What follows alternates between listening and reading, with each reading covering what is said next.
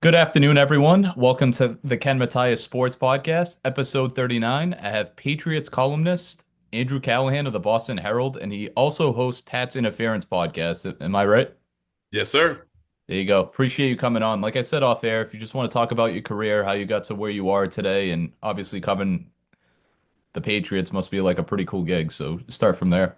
Yeah, sure thing, Ken. So I was a football guy who grew up in a basketball town, Storrs, Connecticut. Went to high school there, went to college, went to UConn, graduated 2013. And for most of that time being, football guy, I did engage in media stuff, even high school, writing these big NFL previews that maybe my mom and her friends read, and that was it. But there are 100 pages. They're available in the high school library. Go on to UConn. And I'm still doing student newspaper stuff and student radio, which are these tremendous reps because I don't know there are many big schools where you get to do both and you're kind of rubbing Hmm. shoulders with people who do that for a living, covering big time college athletics. But the whole time I thought I would coach. And then around junior to senior year and speaking with some folks who were on the UConn football staff, I started to hear stuff like, yeah, I don't really see my kids. And Oh, my jeez, wife just yeah. divorced me. I'm Oh, like, God. well, that sucks. Like that's not worth That's not going what you want five to and hear. seven. No, Yeah, no. yeah. Going 5 and 7 is not worth, your whole family and lifestyle. So Yeah. look, there's always an element of that in a lot of jobs that take up a lot of your time and energy and focus. And there's sacrifice. Like you don't get to any place great. And I'm not saying I am or remotely close right now I was without gonna some say you're pretty up there in my opinion. well, I appreciate that, but you're I wrong. glorify you guys, And you know? so they dealt with a lot of sacrifice, and I just pivoted to sports media. And my first job was actually under the table, delivering Indian food from a place that's still on campus as I know it, and took that money and went to see a long term girlfriend. And then in my free time, wrote about UConn football because that's what I knew, and did a lot of film Hmm. breakdowns and latched on for a high school job elsewhere in Connecticut where it was super ritzy. Not where I grew up. I was like in farmland basically, and these kids are like coming out of the womb with a lacrosse stick. And anyway, Darien and Canaan, a lot of good sports teams down there. But I moved to Pennsylvania, lived there for just about 4 years, two different jobs. One was a mix of high schools and colleges. Second job was covering Penn State full time with the connection I'd made when I was at UConn. Came back home. And an example that really just underscores it's as much the people that you know, which is always these cliches, and no one likes to hear that when you're kind of coming up with a business. But the point is, that helped me get back home, cover the Patriots for Mass Live for 14, 16 months. 2018, that last Super Bowl run, it was magical. I go to the Herald September 2019. And so it's really a lot of sometimes covering bad football from UConn to the Patriots as of late, but you find a way to work a little bit extra and find out things that people don't know and maintain good relationships along the way and just hope you get lucky. So that's really how I got to where I am right now. No, that's an awesome story. I didn't know you started at UConn. Obviously, they've had a decent football program. I'm not super into college athletics, but the more and more each year college football comes around, I catch myself watching some games, but not going out of my way. But how was it basically trying to get into the industry, being at UConn, and they're pretty good with like the journalism media side, right? To get you kind of your foot in the door at places. Yeah, I wish I knew, Ken, because I didn't go to journalism school. Yeah. I No, straddled the no, no, fence. I got you. But with communications and psychology, figuring I was going to work with people, whether it was maybe on the sideline one day, or in media, or hell, I don't know if I was going to teach maybe. And so, but yes, there were plenty of opportunities. And shout out WHUS, the student radio station there. Just that was a place too where if you kind of earned it, you got more opportunity. And same with the daily campus, which I hope is still up and running somewhere in stores. But I was really lucky, and you got great access. You got to know what it was like. You didn't Hmm. have to take all the classes; you just went and did it, and you screwed up along the way. And it all sounds so nice and neat and packaged, but it wasn't. I mean, sometimes you miss flights, going to road games, and Yeah. sometimes you run stuff in the paper. You're like, I didn't really like that, but that's the only way you get better at anything is more reps. And I got a ton of those UConn even before I got an official job in what they would call the business. So very lucky. It's funny. I know you mentioned on air who I've had on here. So I think my very first guest, and I was actually able to meet him over the summer, was Adam Giardino. If you know who that is, he does a lot of play-by-play, and Adam and I I went to was school at the same time. So really, yeah, yeah, he's we super overlapped for nice 2 years. guy. Yeah, Great guy. super nice guy. But he's been, on the hustle and grind of minor league baseball, he told me, and stuff like that. But I mean, I figured everybody has their own path and story, but what's been like the most like uphill climb that you faced, obviously, from when you were in college to like now covering the Patriots of what do I need to do to get better, or what do I need to write to get better, and this and that. Yeah, it's a good question because I think, it's a constant climb. And sometimes Hmm. that climb is something that you can't control. And in certain instances, friends that I've had that have been laid off, friends that I've had that leave the business, Like I'm not here because I climbed harder than them necessarily, or I climbed any smarter. It's just I ran into, or they ran into mountains or hills or whatever analogy you want to take this, and just and couldn't get there. You know, papers fold, people get laid off. Like every single place that I've been has faced some sort of crunch, including the Herald. And some of that was related to COVID, but even before then, you know, both the papers that I worked at for covering the Patriots had layoffs too. So sometimes it's just timing. What I would Hmm. say is it always helps to do the next job that you want now as proof of concept to whomever your next employer might be. This isn't a projection for you. You don't have to guess. Here's the work. I've done it. So Hmm. when I was covering high schools and then going to cover other high schools, like I dabbled a little bit in talking to some pro athletes in my first job in Fairfield County, Connecticut. And so that was, hey, even though I'm not on the sideline covering field hockey, like when I went and talked to Marty St. Louis at some charity event over Oh, the last wow. summer, Yeah, yeah, I yeah. was like, Legend. could ask some questions, get some stuff in. Here it Yep. is. And so then I covered minor league hockey, and that wasn't as much of a projection, like, you know. And so when I was doing that at the paper in Lebanon, Pennsylvania, and they had another paper in the cluster where they had a full-time Penn State writer, I said, hey, a couple of years ago, I did a ton of film work and I wanted to coach him. And I think we could put this to good use. They said, yeah, sure. Why not? If you want to do more extra work, we don't have to pay you. Of course, we love that. We're a They newspaper, always you know, in love the that. 21st Yeah. century. And so I did that. And then that parlayed into a full-time job covering Penn State, which was only, again, precipitated by the fact that the guy who I replaced left the business. And I had no control over that. But when it came to trying to get that job, I didn't have to say, oh, I will do this or I could do this. I said, I've done it. Here it is. If you like it, great. Let's work together. If not, and then it becomes easier the more you do it. It takes more on your plate. I didn't watch much NFL Sunday football 2015, 2016, 2017 when I was covering Penn State because that was my film breakdown time. But when the time came to cover NFL football full time in 2018, I was like, look, there are a few programs that get bigger than Penn State. It's really none of the Northeast. If you like what you see now, you're going to love what you see next. When I cover the Pats and come home, a team that I grew up rooting for as a kid. So, Yeah, like for all that sure. institutional obsessive knowledge is up here. Let's get to work. No, that's amazing. I mean, to go from like one high-end Division One school in Penn State that almost made the national championship, but lost to Notre Dame in the Orange Bowl. But I mean, what's been like the biggest adjustment from college to the NFL? Is it more of like film study that you do still, or is it just more on the writing side? I know this universe is in love with podcasts now, so Yeah, there's a lot of change, and some of it can honestly isn't even specific to college versus pro. It's just like when I was, working that first 2016 season, it was for 24/7 Sports and CBS, and yep. what they wanted was basically 3 to 4 articles a day. Like you had a quota, you got to meet it. Sometimes it was page views, and so it was a ton of quantity.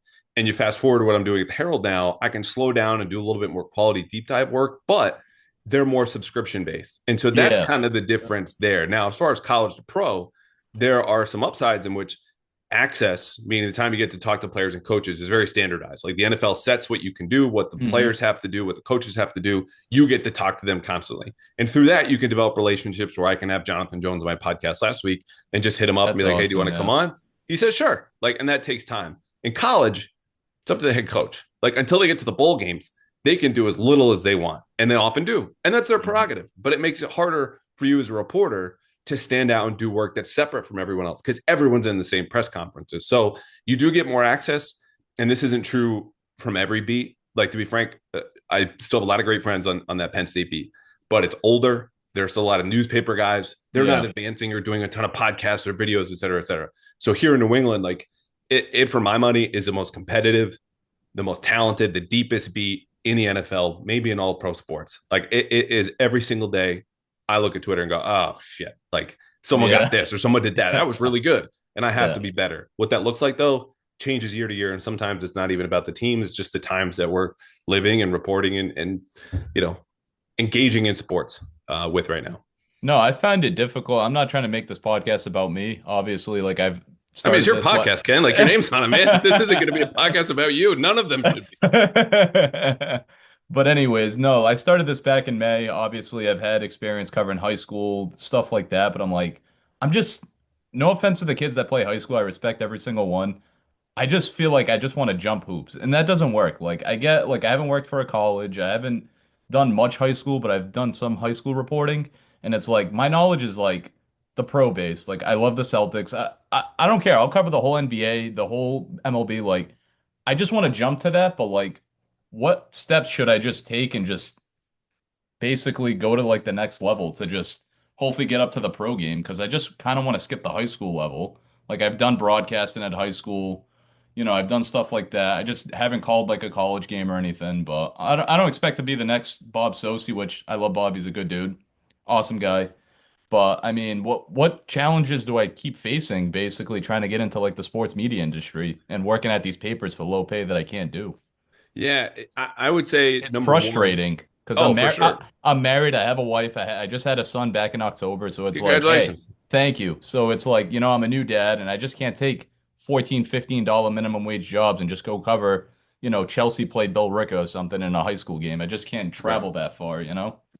Yeah, I would say to the point I made earlier, the best way to get your next job is to prove that you can do it right now, and that's hard, right? Like I don't have a kid. I'm married, coming up on 2 years now, Oh, and it's congrats. still Yep. overwhelming. And I have friends on the beat. You probably read them and know them, and they Hmm. have kids. I'm like, I have no idea how the hell you guys do this. Like this is Yeah, crazy. it's Now, granted, I'll tough. have a kid and I'll figure it out, but the point Hmm. is, you got to do some of that work now. And I think what you have to do is do it better than anyone else. And this is not a guarantee that you can then go to someone who's covering college or whatever it is, because there's no more like linear paths. I took a very old school path. It wasn't something I chose. It was something that happened and I was able to take advantage of. But that's not a guarantee to anyone behind me because newspapers are Hmm. going away, radios, stations are kind of declining, et cetera, et cetera.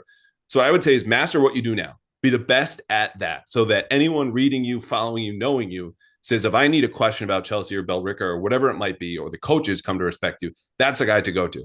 Because then Hmm. that what says to anyone else is, I don't care what the beat is or what the team is or what he's covering. Ken can master that, and that's a huge because Penn State didn't guarantee I'd be good in the NFL, but it was the attitude that I took to said I get Sundays off, and I'm not kicking back and watching that. I'm breaking down film in a way that no one else on the Penn State beat is. I'm going to be the authority on this kind of corner. So that's what I would say to you. Then from there, because again, all of these leaps you go high school to college pro like just might not happen, but you keep those connections. Hey Bob, keep me in mind. Here's a clip of my latest show. If you don't mind passing this around, keeping me in mind, do that. Like some of the Yeah. most important conversations I've had, whether it's with sources or with people in the business, are not for the purpose of having a conversation or deepen that relationship. It's just kind Hmm. of shooting the shit. Like that is a way to say, my work, but this is who I am personally, and or texting on the side or players, whatever it might be. Like it's always worth taking the extra time. I don't know if you have it, but I would say start with doing that next job as well as you can right now. Master it. And the phrase I keep, I don't know if you've seen The Godfather, is to kind of make them an offer they can't refuse. Like this has to be so good for me, Yeah. knowing it's not going to guarantee anything, but my best, by definition, is as good as I can do, and hopefully that's good Hmm. enough. Yeah, with, obviously having a family, my wife and son, my first priority is obviously my job too, but, having my wife and son, that my top priority is my family and stuff. So, yeah, like I said, like I just run into issues basically with the sports media, like, all right, like we're just gonna pay you this or per game or this or that. It's like, how about my driving? How about my time? It's like obviously my son's still a newborn, so I'm still trying to, adjust, be a dad, stuff like that. I mean, it's been good, but just find time, like you said, like in a busy life, having a family, like you said, some of your colleagues have it, and how do you do it? And I was curious how, like, what path people go down with that. Yeah, sometimes, if you want to be a writer, I think that's never been more difficult, not to break any bad news. It's Hmm. just the way that things are because the way that the people on the business side look at this newspaper or website or whatever is as a vehicle for advertising. So they need to be able to sell it. How do you sell it? Well, you get enough eyeballs on it to say Hmm. to an advertiser, a company, whatever sponsor, this is worth you putting your name on it and giving us money because you'll get more in return back. And so what that vehicle could be an article, it could be a video on YouTube, it could be a podcast, it could be whatever.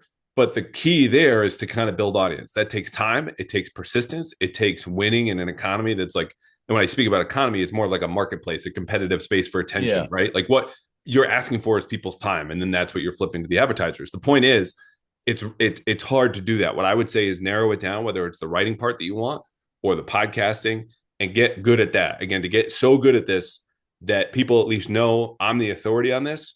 Or if and when the time comes, this is something that someone can't refuse. Is if I say, hey, what if I did this for, forget like high schools, maybe it's BC or something like that, Yeah. and keep with those connections to persist and be like, look, I can say this because I worked hard enough. You're not going to find better than this. But before that comes the time you put into it to make it that good.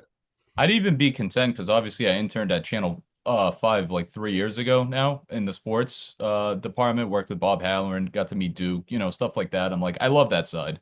Being in Mhm. front of the camera, I wish. Obviously, you got to move to like Idaho to do that, but for an example. But I don't mind the writing. I wish my writing was a little stronger. Obviously, I kind of blend in with what all the reporters say, basically, like, hey, Mike Vrabel gets hired. I might just do an article on Mike Vrabel getting hired, but there's 10,000 million articles that Mike Vrabel got hired as the Patriots head coach. So how am I going to stand out from an experienced reporter like Mr. Callahan or so and so? And it's like, who's really going to read my stuff? Not many people. They're going to go to the direct sources, you guys. And I'm not trying to compete with you guys. Like, I admire you guys and I look up to you guys. And I stalk Twitter every single day for articles, stuff like that. But just been hard. And I'd be content just doing like digital writing basically for like a news station, either reporting breaking news, sports, whatever. Like, I don't know, something. That's where I was trying to go with this. That's all. Yeah, and that's, it's tough because I think it's a very specialized media world that we live in. It is. And so what I would say is before you get there, there's always going to be an audience. Talk about building audience and mastering, like for the high school stuff. And I know it's not anything that you love. And that's something that sometimes you just kind of have to swallow and do. I didn't love going to Yeah. every single field hockey game or going to, honestly, high That's school how it football is. is stuff Yeah. that I like the least covering because I was keeping stats, et cetera, et cetera. But the That's what I relation, used to do too. right. And so, but that's the stuff where if I know I have an audience here, I know I can make a name for myself. And then you can parlay that into folks like Kevin Stone, at the New England Football Journal. Oh yeah, I've talked to them guys. Super nice guys. Him and Super John, nice super nice guys, guys. Yeah. right? And they built and they built and they built and they go out not only just in terms of the audience, but in terms of their connections with coaches. And when you show up, hmm like BC's a big enough name, but their media attention is so small that that might be an avenue for you to get in. And then once you have the name and the brand attached to, hey, I'm Ken, I've covered BC. Oh, that's ACC football. Like that's pretty good. And Yeah. it was for an outlet you may or may not have heard of, but that's it. Like I've been there. I know the next steps. Funny enough, Kevin just shot me DM. So he might be listening. Hello, Kevin. But the, Okay. the point is like that's a smaller thing that again, the conversations you have with people just to kind of get to know them. And it's hard to do it and say hmm on purpose because then it feels like it's inauthentic building these relationships, right? You're just a means to an end. But that's what this comes down to is mastering something that you're really good at in the process, building relationships. And through your work and those connections, you parlay that into a bigger job. But yeah, if you're really that unsatisfied with high school football, I would look maybe into something like BC because they're looking for attention, they need it, and hmm that's a big enough brand on the outside that maybe you could flip it into something else. Yeah, it's a good idea. I mean, I don't care what sport I cover because I don't care. I mean, I love my local pro teams for sure. I follow every single thing, but I'm a variety of like, I'm not gonna say I'm Mr. Know-it-all because I'm not, but I don't care if I have to cover like the Oklahoma City Thunder, for example. Obviously, I'm not gonna move because that's not in the Yeah, cards, but even like something remote, I don't know. It's been tough because there's some remote gigs like NBC Sports to do like a copy editor thing, this and that. But then you're one of 100 applicants. Like you're not going to get that. Like there's a needle in the haystack that you're going to get a job with NBC working remotely from home. yeah, and look, I don't know your specifics beyond what you've told me here, but there might hmm be an element, and this isn't waving a white flag. It's just understanding where you are and what's best for you. If you get enough joy out of this, doing this podcast, talking to people like Bob I, Sosi and Noah I Eagle, I like do. I do. Every single time I do 30, 35 minutes with people, I'm excited to talk to whoever. I don't care if it's from a kid to a columnist like you, Bob, Noah, whoever it is, Adam I've had a bunch of people and I have people beautiful. come back on too. I enjoy it. I do it for free. I don't make money off of it. Yeah, and look, people and there are commercials that have said this, so it doesn't. It sounds corny or cliche, but like you can be rich not just in terms of dollars and cents. Like the hmm joy you get from doing this and the access to these people, I and then if love it it. goes well, or you want to have Bob back, you want to have Noah back, like that is something else. Like, hey, I'm looking to get so and so. Bob, would you mind talking to Zoe? And they might say no. But over time, you hmm have to be able to withstand those no's and persist. And if it's just for the joy, and it might not happen linearly because growth is not linear, whether it's those connections or doing this podcast, whatever, you just kind of persist. And in the meantime, appreciate, be grateful for what you have now because there are plenty of guys who want to have a podcast, talk about these teams that don't have people on. And forget Yeah. me, like low as it could be on the totem pole, but Oh, I'm saying come like the on. lowest you get, the more you do this, the better you're going to get at it. And I think Yeah. sometimes you just have to be happy with the joy that you have now because if this doesn't work out and the whole time you were looking beyond what was right in front of your face, like then you're missing out on joy that's right there for the taking. So I would just be not content as in satisfied, but grateful for what you have here because it's you got something good. No, I appreciate it. And I've been trying to expand to, the player side. And I know that's tough. Obviously, being Yeah. media credentialed, I don't have to get Tom Brady. I would love that, but I don't care if I got like a lower I'm not end getting agent. Tom Brady, so you got to get in line for that. It's not going to happen. But I'm just saying, like a current Pat, like I would love anybody on the team, honestly. I don't care what string they are, how many downs they've played. It's just to get to know them. And I know Chris Cotillo of Mass Live, the Red Sox beat reporter. I took his class. He's such a good dude.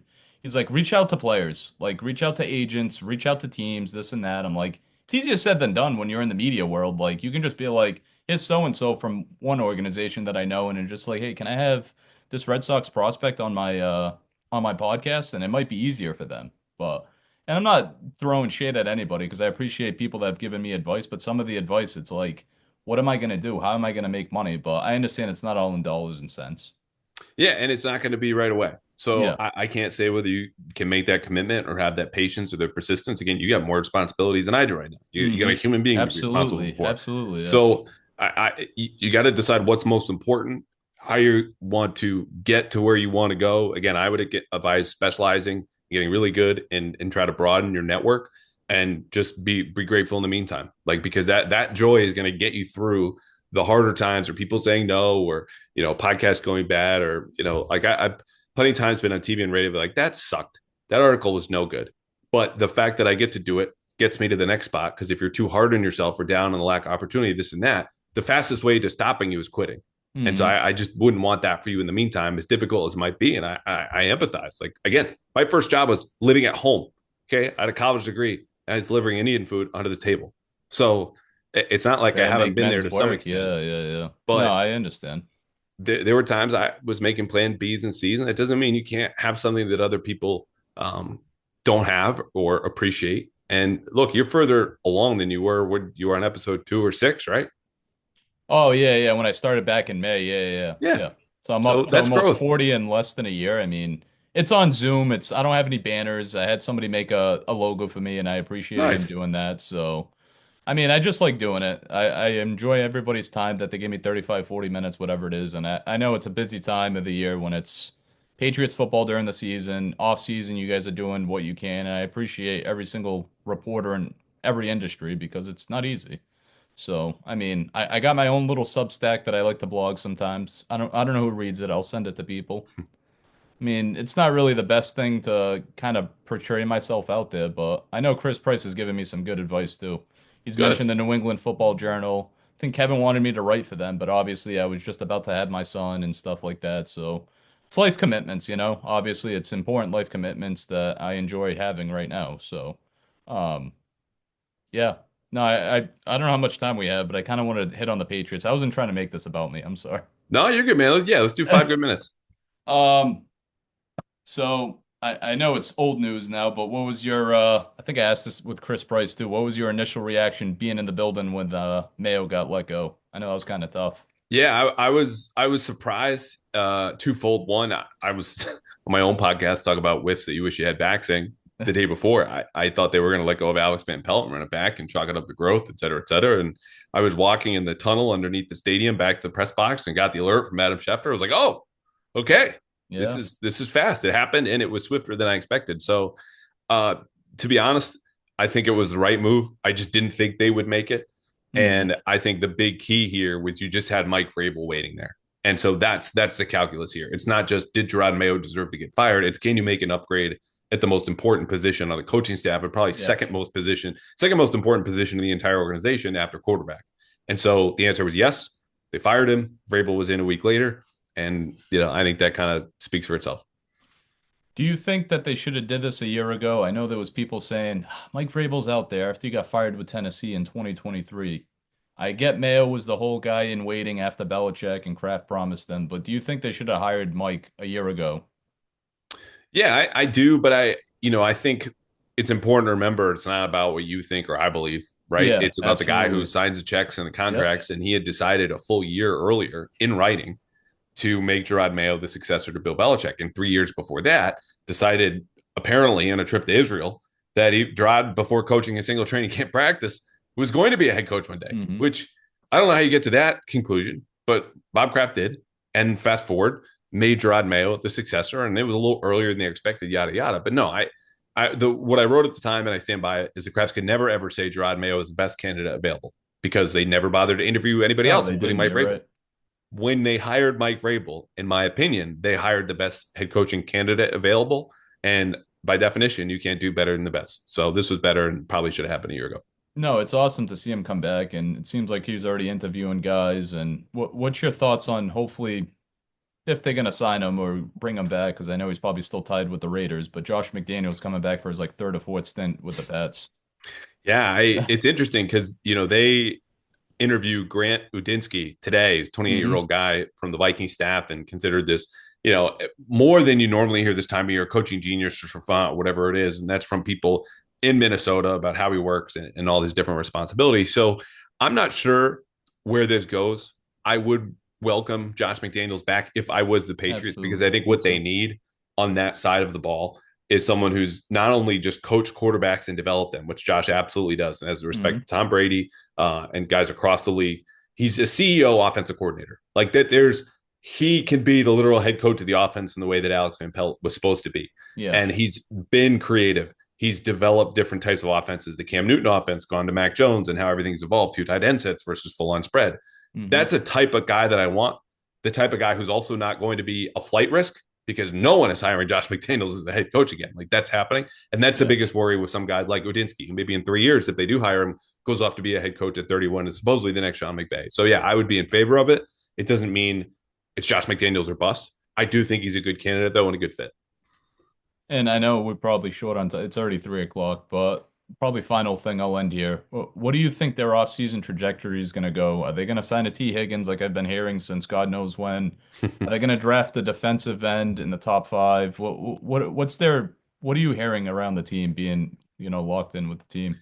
So I don't think they have any definitive plans here yet, Ken. I think they intentionally saved. I know they intentionally saved a lot of cap space and rolled it over from last year Yep. into this season. So they're not only just at 120 some odd million heading into free agency, which could be more by the time we get to mid March, but they're far and away the leaders in cap space. That to me says, if not T. Higgins, maybe Chris Godwin.